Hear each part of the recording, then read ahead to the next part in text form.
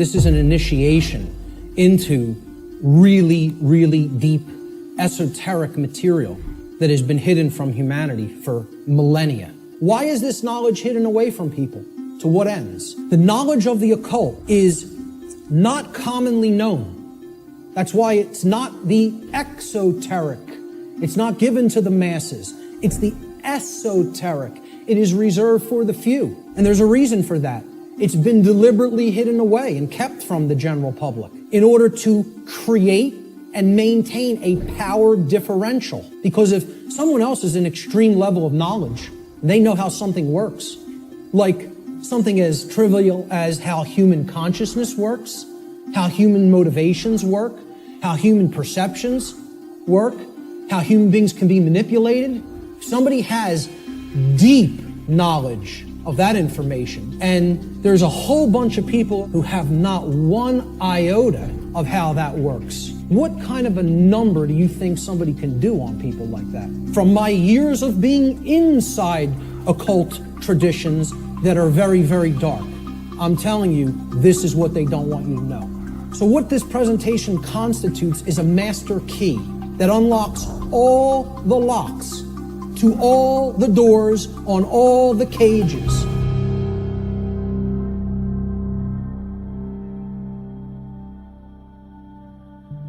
This presentation is called Natural Law, the Real Law of Attraction, and How to Apply It in Your Life. And I emphasize that term, real law of attraction. Many people will be familiar with the New Age variants of the so-called law or laws of attraction. And this is going to differ quite widely from what people have heard in the New Age community and in the New Age movement regarding what the law or laws of attraction are. These are the real laws of attraction you're going to be hearing today and hopefully understanding today.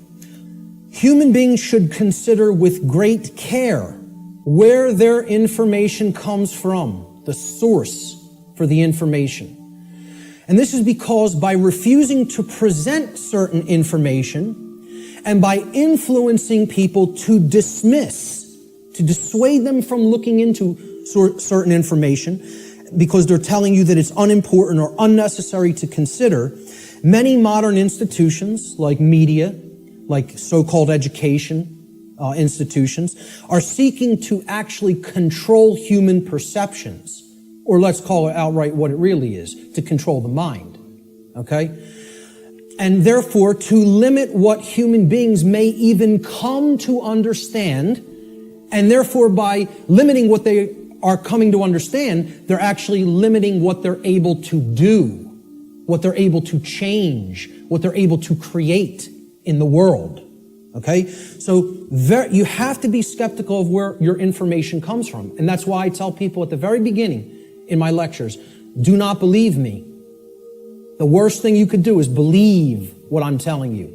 You need to look into it for yourself, and most of all, you need to do personal introspection to really feel inside of yourself whether this information resonates with truth. Everybody has that intuitive capacity. That also has to be turned on and engaged and used. Human beings everywhere say that they want certain things in their life. And they say that they want certain things to be present for all humanity. Okay? We say we want certain conditions to be present for ourselves and our species as a whole. And we say we want things such as happiness, health, peace, prosperity, freedom, etc. And all these things are great things to aspire to. And we say we want them. Most people will say and tell you we want these things. However, I don't really feel that they're truly being honest with themselves. Okay? They'll say they want them, but then when you tell them, well, those aren't automatic conditions. They don't just magically manifest. Okay? There are requirements for obtaining these conditions. Okay? And people wouldn't say they want these conditions if these conditions were already omnipresent, right? They're saying that they want something because they don't have it at all, or at least in fullness, right? So when you tell them there's requirements and they believe that somehow they're going to magically get these things, right? Well, this is what the real laws of attraction are about. It's explaining Conditions that you want don't just automatically manifest by thinking of them or just having a feeling about them. This is a New Age deception. Requirement exists in nature. It does exist. If you want something to be different than the way that it already is, than the default conditions, then requirement exists. If you're okay with things being the way that they are now, requirement doesn't exist. There are no requirements to creating change. You just accept the default conditions the way they are now and go on with your existence and accept it's going to be this way and possibly get worse. But if you want real change to happen, requirements exist. So what are these requirements? We need to know certain things. Knowledge is required. Knowledge. The information regarding natural law is occulted knowledge. It is knowledge that has been hidden from humanity. Okay? It's held by the few, which is represented here at the top of this pyramid. You can look at this as a pyramid representing knowledge or ignorance. At the top of the pyramid, you have knowledge. It's the higher you go in the pyramid, the more knowledge. Okay? But the pyramid tapers because at the top, very few people understand that information. Very few people have that knowledge and have actually integrated it into themselves to the point where it becomes understanding. All right? Down here, you have no knowledge, the ignorant masses. Okay? And up here, you have the people who are in the know, right? Who have this knowledge about how natural law works and are actually using it for a certain reason. So please, as you go through this seminar, please keep in mind, if I ever use the term occult, all I'm talking about here is hidden knowledge. That's what it means. Occulted knowledge is hidden. The knowledge of natural law and its operations constitutes what I call the most deeply occulted or hidden information that exists on this planet. You will not find any more hidden information. This is the thing that all the distractions are there for, to keep you from learning. The endless trivialities, the nonsense you hear on the news, all the video games, all of the nonsense television, the sports, it's all there to keep people from understanding this. And I can't get you to accept that or believe it, and I don't ask you to believe it. I'm telling you that's what they're trying to, from my years of being inside occult traditions that are very, very dark. I'm telling you, this is what they don't want you to know. Please recognize when I use the word truth, that is all I'm talking about. I'm not talking about the mind of God. I'm not talking about the entire reason for the existence of the universe. I'm talking about the events that have taken place in the past and are taking place in the present. That's all. And guess what? That's all the truth is. We want things to be true. That doesn't make it so. That's not what makes truth the way that it is. What makes truth is the way that it is what behaviors were taken and what is the actual effect in the manifested world. That's how things are. It doesn't matter how we want them to be. They may be a completely different way right now than we want them to be. But most people in the world, they kind of believe that they're the arbiter of truth. And that's a bad place to be in. That's a very, very low level of consciousness. To think that if I don't believe that it's this way, it's not this way. Many people are trapped in that state of mind. The laws of the universe don't care about you. Laws have been created in this realm that work flawlessly. 100% of the time, flawlessly. The creator of the universe set these laws into motion, put them into effect, and they bind you. You and I are bound by these laws, whether we like it or not, whether we accept it or not, whether we understand it or not. They're in effect, and you are already creating the reality that we are experiencing based upon interaction with these unseen laws. Already. You're already doing it. You can never not be doing it. That's an impossibility. Let's look at the dynamics between discovery and belief, the difference between discovery and belief. Because again, natural law is capable of being discovered, understood, and harmonized with. What this is saying, this exists, you're bound by it. The best you can do is to understand its operation like you would understand gravity, and therefore not just walk toward the edge of a 200-foot cliff that is bottomed by jagged rocks. If you're intelligent and you understand how the law of gravity works, you won't do that behavior. So natural law has nothing to do with religion. It's not a belief system. It's a science.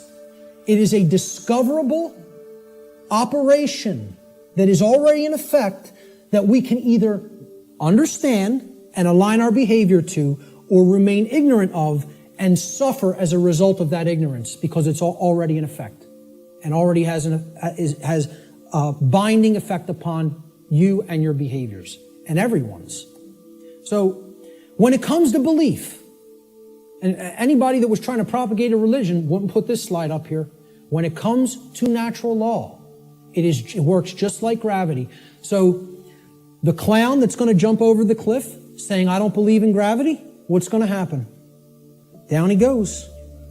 Because belief is irrelevant. Because natural law does not care about you. It does not care about you. It is in effect, no matter what you do, deal with it. So let's look at consciousness and the human brain. Okay? Because consciousness is an intangible force. Okay? It's something that exists, but you can't really see it. Many people even have a hard time explaining what it is. But there is physiological expressions for consciousness in the physical domain, and the brain is one of them. And of course, people will say, well, don't leave out the heart. Of course, the heart is also very important. Heart has an even bigger electromagnetic field than the brain and is tied into the physiology in an even more complex way than the brain is. But we need to understand the basic structure of the brain to understand the types of imbalances that go on within it that lead to these debilitating conditions within humanity that continue to create suffering for us. And also, what these belief systems do is they prevent the activation of the heart and the actions, of care and action. Not only do they prevent real knowledge from manifesting within the being, they prevent care, and they create apathy, and they create inaction and cowardice, so that we don't actually act and take action based upon what we've come to know.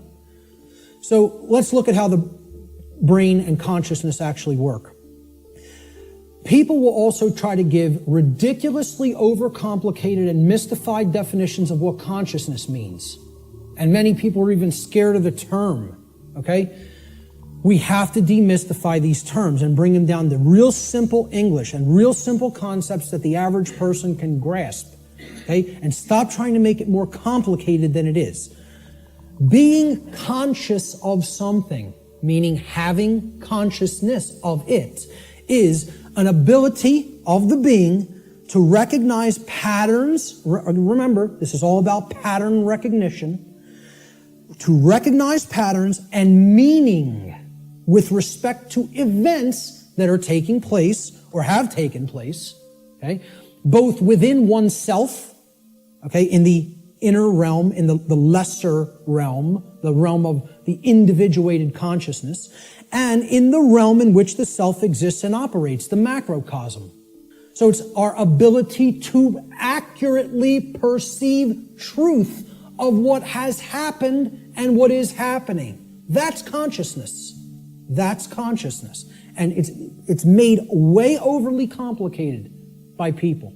It's mostly made overly complicated in the New Age movement, again. Now, how does consciousness express?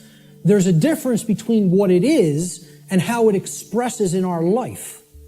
Consciousness expresses. I ask people, just tell me, what are the ways you could ever make yourself known to any other being?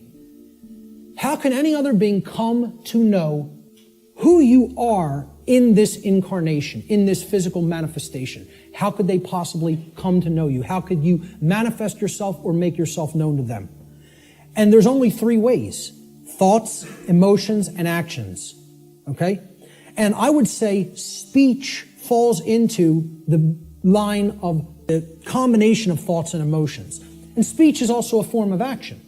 I'm using force to, make the air flow over my vocal cords to make sounds come out so that you can hear what the concepts I'm trying to express. So it is a form of action. And it derives from what we have thought up to this point and the emotions that we have, and we could express it through speech. So thought, emotion, and action. Thought you have to look at as the creative force that is the expression for consciousness within the individual. Okay? So it's a neutral force. You don't look at your thoughts as masculine or feminine, do you? But you do look at them as creative forces. In order for anything to manifest in the physical domain, it had to first exist as a thought. This computer, somebody had to envision all the parts, how it works, how it's put together. Okay? This camera equipment, the clothes you're wearing, the seats, everything that exists had to first exist in the realm of thought. Had to. By law. Then it comes into physical manifestation through action. Your emotions are a polarized component, you could look at it as. It is a feminine aspect of consciousness. Because other people don't feel your emotions, they could perceive or sense them. You're the one who's feeling the emotions in your physiology. It's an internal expression. You feel emotions inwardly, inside in the physiology. Hence, this is a feminine expression for consciousness. It is something that is not externalized and put out. It is something that is felt within. So the emotions in the mind-body-spirit connection are the spirit in which we do something. Okay, so that's the feminine force or the spirit. Of course, thoughts are within our mind, hence that's the mind component of the consciousness. Then there's a marriage between them. Okay, so you could look at thoughts as the creative essence, which then blends with or marries to the feminine. Now, see, we're getting into a notion that is taught in many different religious traditions. It's called the Trinity. And I challenge anybody, go and look in any of the trinities that exist, in any of the religions. You can go back to Babylon. You can go to the Indus Valley traditions. You can go to the Egyptian and Cometian traditions, the Christian traditions. Every single religious tradition that has talked of a Trinity, okay, it is always a Father Creator, a sacred feminine figure, okay, of some kind that the Father then impregnates or inseminates in some form. And then from that offspring is born a male child. Always. Okay? What we're talking about here is the Father being the mind, the creative essence. Then the spirit or the emotions being the sacred feminine essence. Okay? Or the Holy Spirit, the emotions. And then the child, the male child, is behavior. It is the active or masculine principle that actually interacts with the physical world to change it. And hence, that is the only way to actually save ourselves. The nature of a human being is that a human being is programmable. Our nature is that we can be programmed. And there's another thing, that's another thing people don't want to hear. They don't want to hear this. I'm not saying we are computers. I'm saying we're like them in the ways that we can be programmed. So what gets put into a person through the environment, which is called the culture, all right, and becomes their programming, determines what they will output onto the screen, which is called human life. And that will create the human condition in the aggregate as more and more people operate that way. All right, so let's look at how this works. Human beings are programmable much like computers. Like a computer, if a human being has a bad file system format, that's the first thing you do when you're going to get ready to use a computer. You have to format the drive. A file system format is you got to format the hard drive so you can prepare it for a specific operating system, which is basically the task controllers. It's going to control what happens on the computer, how programs get launched, how memory is used, etc. in a nutshell. All right. If the human being has a bad file system format, right? This is akin to the operating conditions during a child's formative years, the first 6 years of their life, essentially. Now, think about it. We call this their formative years. Their formative years, like a format on a hard drive, because this is what puts the file system into the human being, that prepares it for its operating system. Okay? So, largely, what programs the child at this stage is the parents and what they will see in their immediate environment at home and during their very early years in, quote, schooling. All right?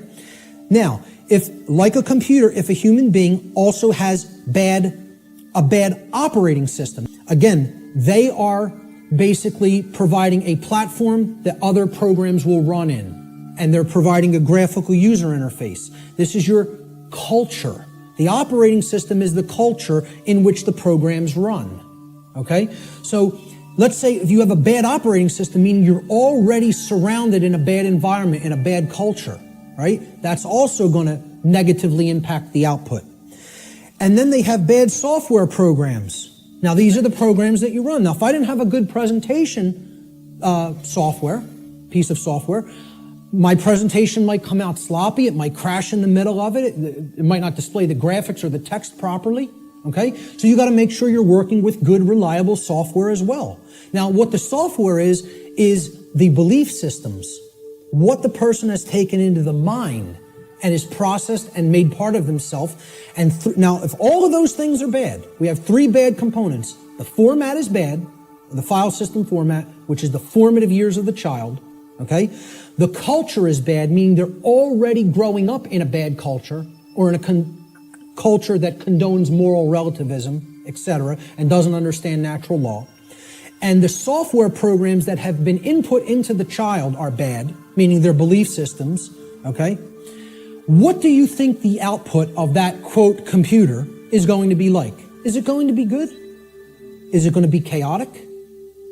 If I screw up my system's hard drive format, if I put an operating system that is like at alpha state and it's not ready for prime time because the development's not finished, it's half-baked, okay? And then I load crappy software that's full of bugs and the developers didn't really care about programming them correctly. Do you think that computer is going to operate properly and give me the output on the screen I'm looking for, or output on the printout I'm looking for, or output on the internet that I'm looking for? Good luck. If you know a little bit about computers, you're laughing now because it would be ridiculous to assume that it could do that. Well, why do we think that we're going to have that in our environment when all of these things are badly programmed? See, the output onto the screen is also going to be horrible if all those three things, you know, that determine how the system works are also bad. So it will contribute to deteriorating conditions on a mass scale. Like a computer, the behavior of a human being largely depends upon its programming. And its programming is the quality of the information that is being input into it. The quality of the information it's taking in. The quality of the information it's taking in is going to determine the quality of the information it's outputting, like any other computer. So if garbage goes in, surprise, garbage is going to come out. If good information goes in, quality will come out. And the output will be as one wants it to be. It will be able to process and create efficiently, effectively, not chaotically. Here's a very simple diagram. Again, if people understand it, they really get how natural law functions. And again, it's very unpopular. People don't want to look at what the bottom base foundation or platform of this structure is. Because once again, this idea that knowledge is what's required makes many people upset because they want to believe they're going to achieve these things they say they want without doing the work to acquire that knowledge, and therefore understand the requirements for obtaining those conditions. So we start with available information. This constitutes potential knowledge. And it can become knowledge if it's taken in, if it's amassed, if it's aggregated, okay? It can be gathered, it can be processed, it can be understood, and then it can be acted upon. You could call this the grammar stage of this three-part process I'm going to explain. Okay? You could also refer to this as the input stage. If we're looking at it in a computer model, this is the stage of inputting information or programming something. Okay? Now the next step that's built upon this is once you've taken information in, necessary information, you then come to a position of understanding it. You know what it means, you recognize the patterns. All right? So this is the second step in this process. Now, your understanding or lack of understanding, okay? Now, in the first stage, your knowledge or lack of knowledge is going to lead to understanding or lack of understanding. If you have understanding present, your decision-making processes are going to be in harmony with what you say you want. Okay? You're going to understand, if here's what I want, this is what's necessary to get that, to make that happen, to manifest it. That's understanding.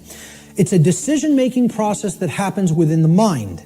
These processes take place in the human mind and are chosen by each individual based upon available information. So again, you can see if information is held back, if it is occulted, or even if it's just people are dissuaded from taking it in because people will say, no, there's nothing there, there's nothing to it, right? You could see how they'll never get to this step. They'll never understand. They'll never get to the second level of creating our reality. The third stage to this process is what you do with what you have come to understand, to know and understand. So this is the action stage, okay? Each individual's behavior, the behaviors that they choose through their own free will, is based upon the quality of their decision-making processes that are happening within the human mind. Okay? That process, as we've already seen, is in return based upon the quality of available information. So this is behavior. See, people don't think of wisdom as behavior. They don't think of wisdom as action. They think of it as something that you just know. No, wrong. Wisdom is not knowledge or understanding. Wisdom is action. Let me say this again. Wisdom is action. It is knowledge and understanding that has been applied. So, based upon these three processes, something is generated. Something is created in the physical manifestation, physically manifested reality, the real world, so to speak. So, the manifested reality is based upon the aggregate behavior. Aggregate behavior. No one person is creating the reality we are experiencing. Okay? It's another fallacy of the New Age movement and thinking. In the aggregate, we are creating our shared reality. All the behaviors put together creates the output on the screen, or the generated result. Is it orderly? Is it chaotic? Well, that's going to be based upon whether someone took in the information, processed it efficiently to come to an understanding, and then acted upon it. The manifested reality is the quality of the condition which manifests in any given society based upon the aggregate quality of human behavior within that society. This is how our reality is actually created. The conditions that we experience as the daily events of our life. It's a simple three-stage process that leads to a result. And for many people here, you will recognize, if you've looked into this discovery process and this creative process, is known as the trivium. This is what the trivium is. In the ancient traditions, this is what the trivium was labeled. It was labeled knowledge, understanding, and wisdom. The trivium methodology of truth discovery has been completely obliterated from public consciousness. Many people have never heard the word. Instead of the trivium method of learning, the classical liberal arts education methodology, because they want to try to sanitize that as much from human consumption as possible. They don't even want you to understand how that works at all. So you got to look into it and understand how it works. That's all I can say about it. It is how we build our reality, either efficiently or destructively. So, let's look at what some of the principles of how natural laws work first before we can actually find out what the expressions of these laws are in our lives, which will be the next section. These are what I call the general principles of natural law. Natural law is expressed through 7 basic underlying principles, plus what I have referred to as an 8th or hidden principle, which you hear very few other researchers, even people who are studying this from the occult perspective, who are studying this from the consequentialism perspective, you very hear them incorporate the 8th and all-encompassing principle, which I'll get to last here. This 8th principle, which I call the lost principle, binds all the other 7 principles together. All right? These principles together constitute a master key through which universal wisdom, including the knowledge of the requirements to obtaining what we desire, is then unveiled or de-occulted. These are the 7 general principles of natural law. Many people who have studied some variants of occultism may recognize these as what are known as the Hermetic principles. Hermetic essentially comes from Hermes. Hermes Trismegistus, the thrice great one, as he was referred to in the ancient Greek mystery traditions. 7 general principles. They are mentalism, correspondence, vibration, polarity, rhythm, cause and effect, which is a huge one, which we'll be getting into, and gender. So I'm going to briefly describe what each of these are and what they are about. The principle of mentalism states that the all, everything in creation, is actually a manifestation of mind. The all is mind. Okay? What this means is everything that happens has to be a result of a mental state which preceded it. Everything. For anything to exist, thoughts had to form first, and then they formed the physical reality after. The universe itself is a mental construct of the Creator. Thoughts lead to the manifestation of things and events. Thoughts create conditions. Thoughts create things and conditions. They cannot just magically manifest themselves. Thought comes first. Thoughts create our state of existence and the quality of our experience here on earth, ultimately. Therefore, we should be responsible for everything that we create by being responsible for that which we think. Because the thought processes are what are driving the behaviors. People behave the way they do because they have certain belief systems embedded in the mind and running like a program. Their thoughts and their emotions are driving their actions. So the behavior is not magically suddenly going to just change. The thoughts and emotions have to change because they're the driving force behind the behavior. That's when reality will change. See, people don't want to hear that, once again. They don't want to hear, if you want to change reality, you, yourself, have to change the way you think. Because the way you think is not conducive to the requirements for getting what you say you want. They're doing the exact opposite of that in many cases. So that's the principle of mentalism. The principle of correspondence states that that which is above is similar or like to that which is below. So what this means is that which is below, and that which is below is like to that which is above. It's a mirror, okay? The above is like the below is like the above, all right? The above, in this case, is the macrocosm, okay? The laws of the very large things, okay? The laws that govern the creation which we consider is seemingly outside of ourselves. We know at the deepest level that it's not, that we're one with it, but, you know, we perceive this as out here, the laws that govern the large aspects of things. So the macrocosm, or the very large, the totality of everything, and the microcosm, which is the very small, or the individuated units that comprise the whole in their aggregate, okay? They are reflections of each other. They cannot be separated from each other. As one goes, the other goes. The universe is actually a holographic system. A hologram is an image, okay? You pass a laser through it and then projects a 3D image. Okay, it's like a flat image and it projects a three-dimensional image. But the aspect, why they call it a hollow, like holistic, hologram, holistic image, is if you break a hologram into multiple components by cutting it. So if I take a hologram and I cut it in 4 pieces, you don't have a quarter of the image on one part of the hologram and a quarter on the other and a quarter on the third and a quarter on the fourth. You have 4 whole images that only lose their resolution by a quarter. Okay? So everything is contained in all the smaller parts. Okay? That's like the reality that we're living in. Our universe is a holographic one. So the universe is inside the individual. And the entire universe is like an individual. They're reflections of each other. To know the workings of the individual will help lead us to an understanding of the macrocosmic laws.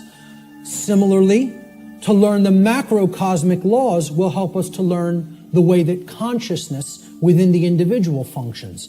These two things cannot be separated from each other. And once again, as I said near the beginning, that's what occulted knowledge is. The knowledge of the occult is how the microcosmic world works, which is the individuated consciousness, and how the macrocosmic world works, which is natural law.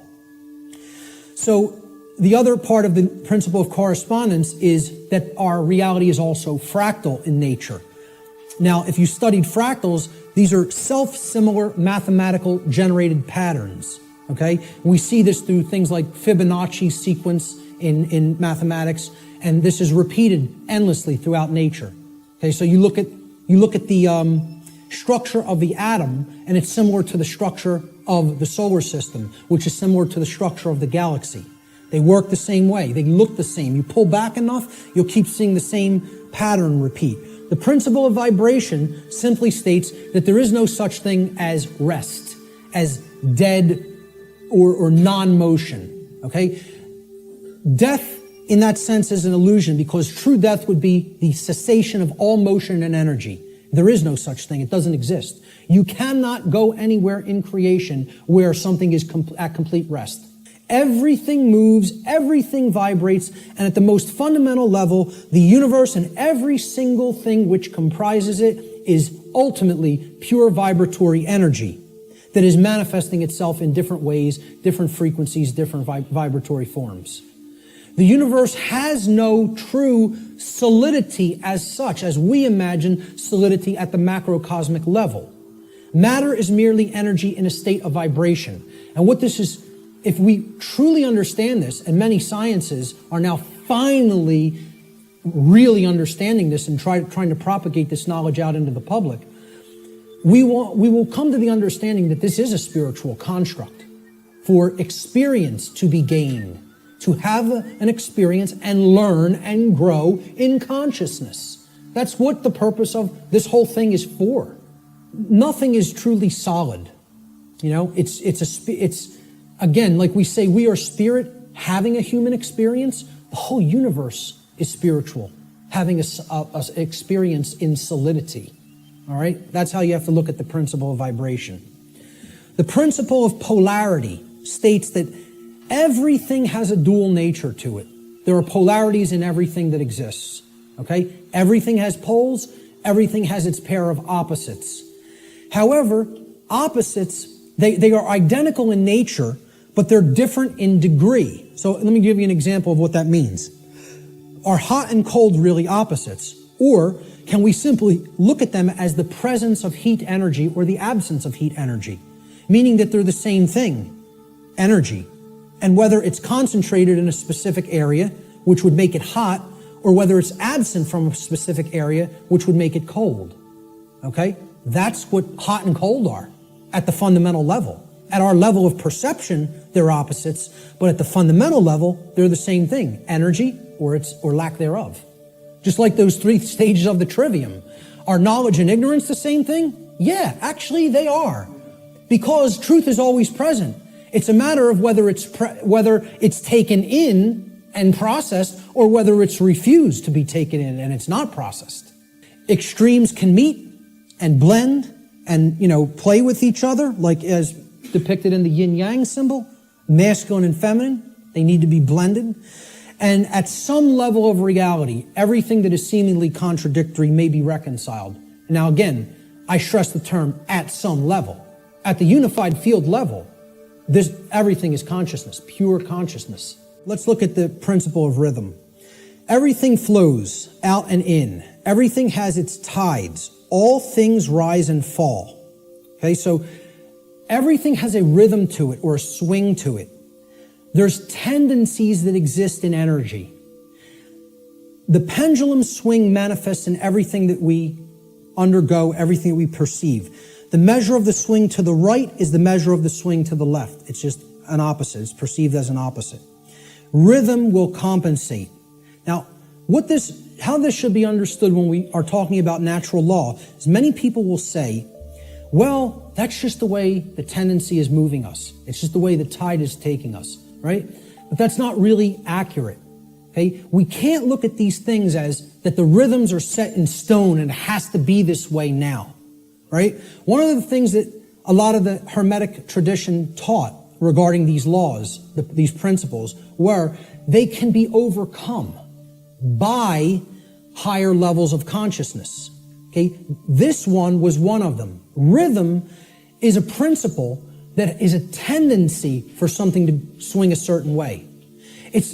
Let's liken it to genetics. You know, if you look at some newer biology, a lot of modern biologists are suggesting consciousness plays into whether a gene activates or not and expresses a certain condition. Well, this is the same way. There's something that can be done about the swing or the tide, okay?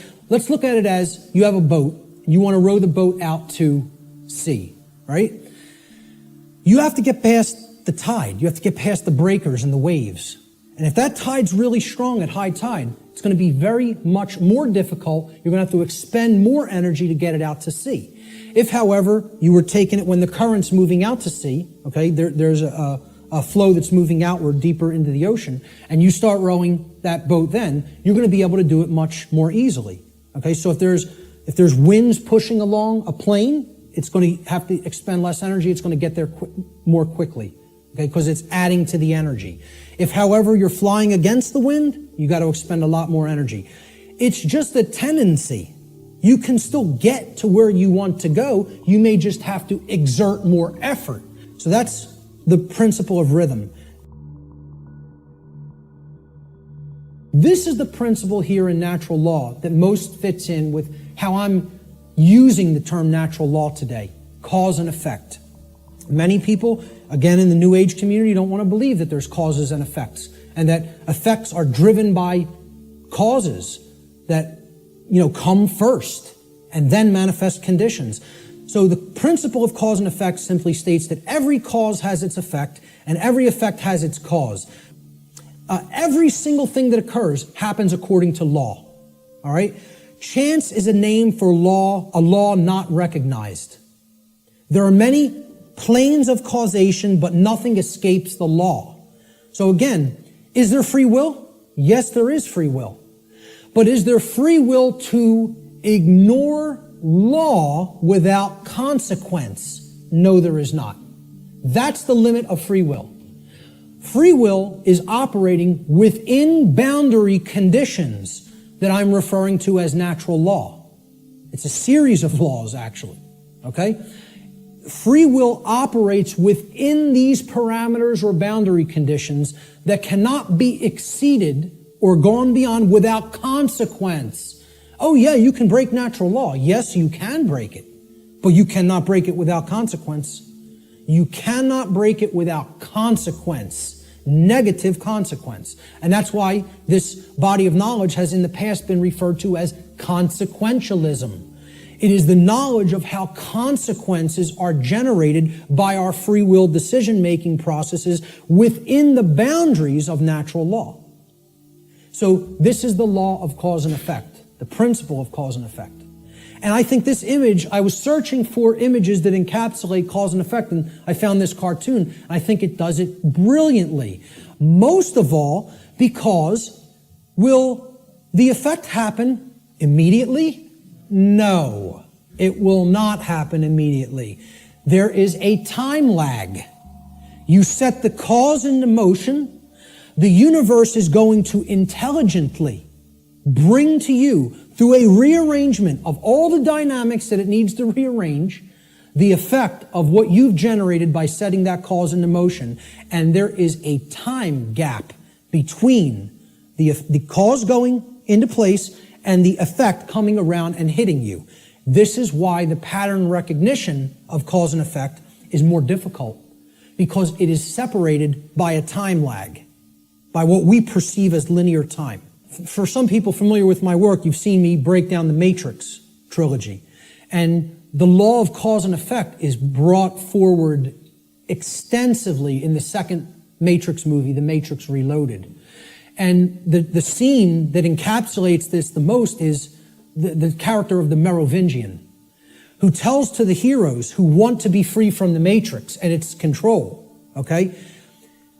You are coming to me without an understanding of why you are in this position.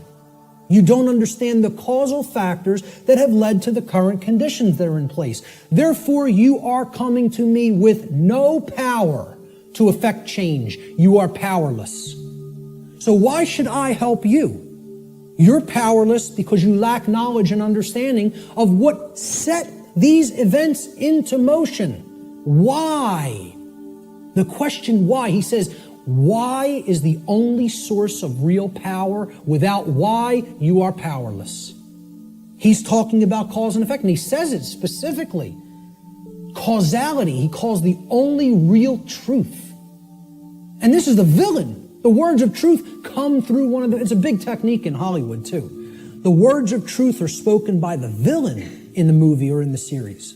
Everything starts with choice, and Morpheus is correct. Our choices set that causality into motion before it becomes an effect. And the Merovingian tries to tell him, no, there is no free will. That's where the dark occultist will give you the bulk of truth and then poison it with that one thing he wants to get you to accept. Okay? So, the next thing that needs to be understood is the two planes. All right? There's the plane of effects, and then there's the plane of causes. No power to affect any change lies on the plane of effects, which is the physical manifested reality. Again, what already is, nothing can be done about. What already is, you cannot change. You cannot change the past. You can change what it is starting now and make sure that it gets changed in the future. But right now, what is the truth, and all you could do is accept that or reject it. You can't change the past. So the physical world that is manifested up to this point happened because of things that occurred in the past.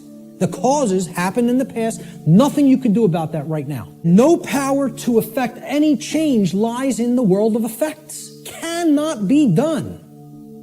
You are rearranging the deck chairs on the Titanic while it sinks. You're not creating any change doing those things, because the underlying causes aren't changing. And the underlying causes are how we think, how we feel, and how we behave. And no one wants to look at that. They want to think all those things can stay in place and I can magically get what I want. I want to keep my hand over the fire, but I don't want it to burn and blister. Well, enjoy. See, find out what you get when you do that, because that's what we're doing when it comes to natural law. The final principle of the 7 principles of natural law, at least the formalized ones, are gender. Gender exists in everything. Everything has its masculine and its feminine components or principles. We've already seen that when it comes to the human brain, consciousness, worldview, etc.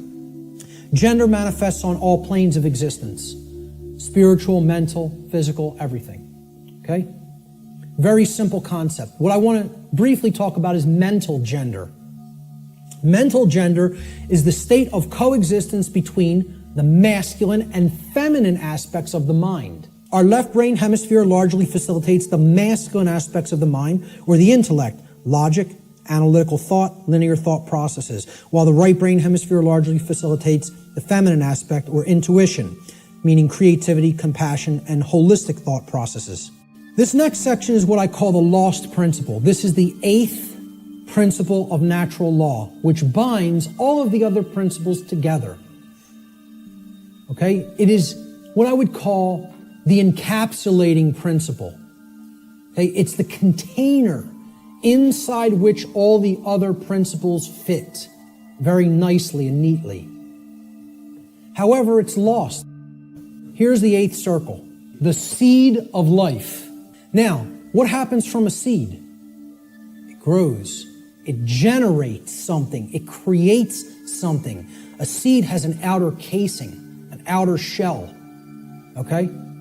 That if you're going to get to the inner core of it that contains all of the creative, genetic, generative material, okay, that shell has to be there and intact. You break the shell of the seed, the creative essence of the seed is going to be gone. Now, what is that principle? Here's what that principle is. It's the 8th, or what I call the lost principle. And it's the thing that has to be present in order for any change to manifest itself. And it is not what most people think of it as. Even when I tell you what this is, I guarantee you there will be an inaccurate connotative meaning for what people think this means. Okay? Here's what the 8th principle is. It is known as the generative principle, or the principle which governs creation, which actually is the causal factor that goes into effect and generates the result that we say that we want. But what's the real term for it? Care. This means, what are you giving attention and helping to grow? What are you focusing upon? Because what focus you're focusing upon, that's what's ultimately getting generated, getting created, and growing. And this doesn't mean be ignorant of what's going on in the world and don't look at anything that's negative because you're going to feed that and give power to it. That's not what it means. Okay? That means, you know what you're feeding? In that instance, if you want to do that, you're feeding ignorance. And that's what's going to grow. It's the exact opposite that the New Agers want you to believe that it is. By ignoring the negative, you are ensuring that more of it occurs. You are fueling it by ignorance, ensuring that it grows and takes over. Okay? What care has to be looked at here as is, this is what you're giving your energy to. This is what you're focused upon. This is what you actually care enough about to do, to spend your time on, to put your attention on, to manifest in the world. That's what I'm talking about as care. Here's how it actually operates. The lost principle is the dynamic of care. What we care about on a day-to-day basis acts as the driving force of our thoughts and actions. What did I say we need to develop? The heart, mind, guts. Right? Heart, mind, guts. In that order. Care comes first. You got to care enough to know, to develop the knowledge. Okay? Then you got to act on it and put it into practice. Apply it. So that's the order. Heart, mind, guts. Care, knowledge, action. Those are the steps, okay? And all 3 of those have to be in place. All 3. That's what unity consciousness is. It's unifying thoughts, emotions, and actions. The 3 aspects of consciousness, such that there is no contradiction between them. What we think, how we feel, and how we act are one and the same. There's no contradiction. That's unity consciousness. Therefore, okay, since care is the driver of our thoughts and actions, it ultimately can be seen as the generator of the quality of our shared experience here on the earth. Care is what generates the whole thing. Hence, it has been called the generative principle. Liken the heart to a pump in the body. Well, what does a pump do? It's a generator. It provides energy. It moves the life force through the blood in the body. In every ancient tradition, they talk about the life force being in the blood. The heart is what pumps that through the whole physiology and enables us to continue to sustain life. Okay? The heart is the generator. It's the pump. It's the center of the being. As important as the brain is, which we just talked about the importance of it, the heart is ultimately what's generating the experience. Because what we care about determines what we think about on a daily basis most of the time, and therefore how we behave. All right? So, This principle has often been referred to as the generative principle. Is anybody familiar with the compasses and square symbol of Freemasonry? With the G in the middle? Well, that's what the G stands for at the highest level. They'll talk about many porch masons. These are the exoteric masons that are given the teachings of the profane and they think they're in the know, okay? They're given the information, well, this only means geometry, it only means God, etc., okay? One of the things they'll tell you it means at a slightly higher level is that it means gnosis, knowledge, okay, which we saw the meaning of in Greek earlier. At a higher level, at illuminated levels of Freemasonry, which are above 32nd degree, they will give you what the real meaning of the G inside the compasses and square is. And it is the generative principle. It means Genesis, creation, okay? And yeah, you can tie that right back to God. I'm not saying those things are different. And the forms that get created in the physical manifested world are geometric forms. So it is geometry as well. It's all these things. But at the highest level, it's the generative principle. That's what that G really stands for in esoteric Freemasonry. Okay? It's called the generative principle because that means to create. It comes from, the word generative comes from Latin. The verb generare, as we've already talked about, means to create. The generative principle is what we create through. And it's lost because people don't care. They don't have care. Hence, it's the lost principle.